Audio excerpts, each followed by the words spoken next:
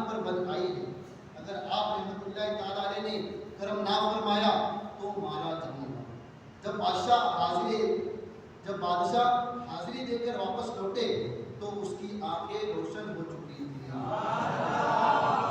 بادشاہ نے مسکرا کر فرمایا کہ تم اب تک بے دلی اور بے توجہی سے مانگ رہے تھے اور اب جان کے خوف سے تم نے دل کی تڑپ کے ساتھ سوال کیا تو تمہاری مدد پوری ہو گئی.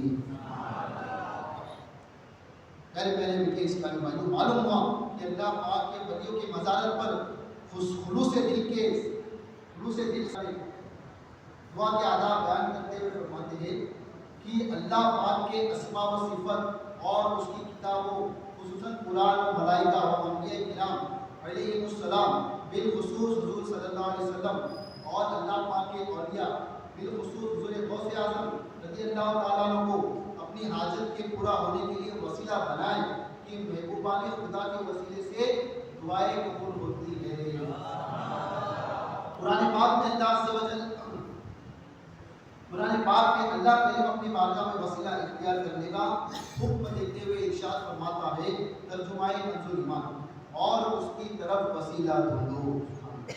لہذا دعاؤں کی قبولیت کے لیے اللہ پاک کے پیاروں کو وسیلہ بنانا چاہیے اور ہو سکے تو نیک بندوں سے اپنے لیے دعا کرواتے رہنا چاہیے، کیونکہ اللہ پاک اپنے نیک بندوں کی دعائیں خیر اور دعائیں نقصان ضرور قبول فرماتا ہے.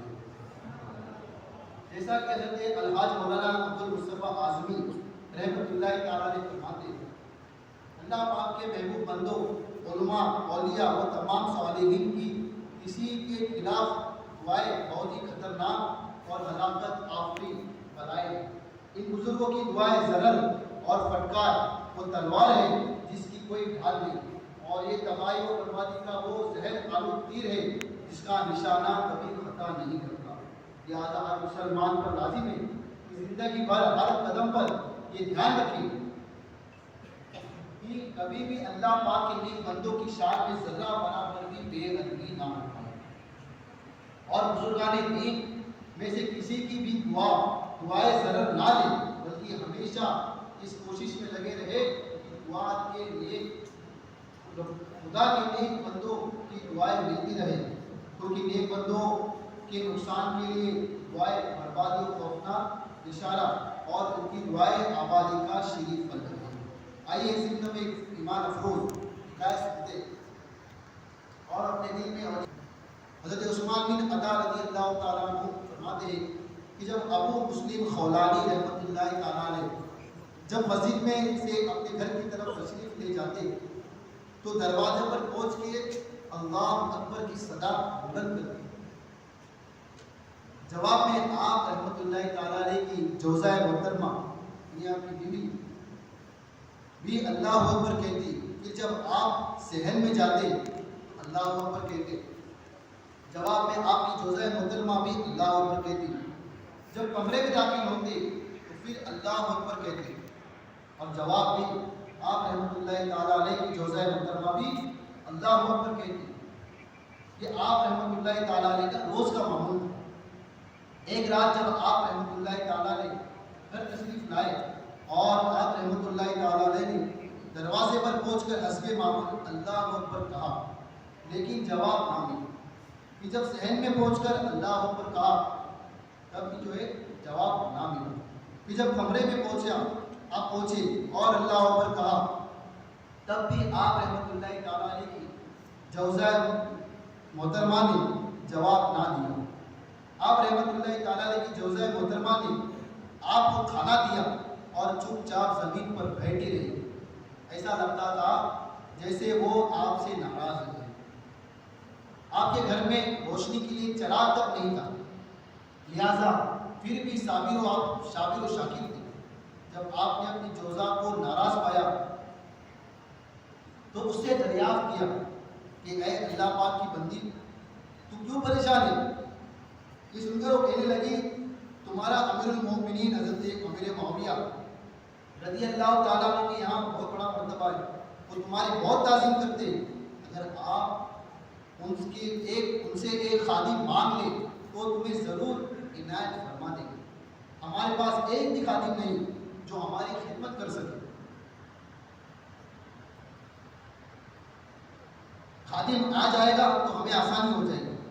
یہ سن کر آپ نے دعا کے لیے ہاتھ اٹھا دیے اور اس طرح اللہ عز و جل کی بارگاہ میں عرض گزار ہوئے, اے میرے پاک پروردگار, اسے اندھا کر دے جس نے میرے گھر والوں کا ذہن خراب کیا اور ہم میں پھوٹ ڈالنے کی کوشش کی.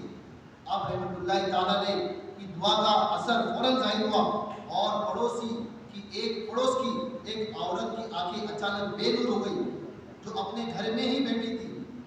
اسی نے آ کر آپ رحمۃ اللہ تعالیٰ نے کہ جوزہ محترمہ سے کہا تھا کہ اگر تو اپنے خاوند سے کہے تو امیر المومنین تو حضرت امیر معاویہ رضی اللہ تعالیٰ سے غلام حاصل کر سکتے, اور اگر تمہیں غلام مل گیا تو اس طرح تمہاری زندگی پرسکون ہو جائے گی.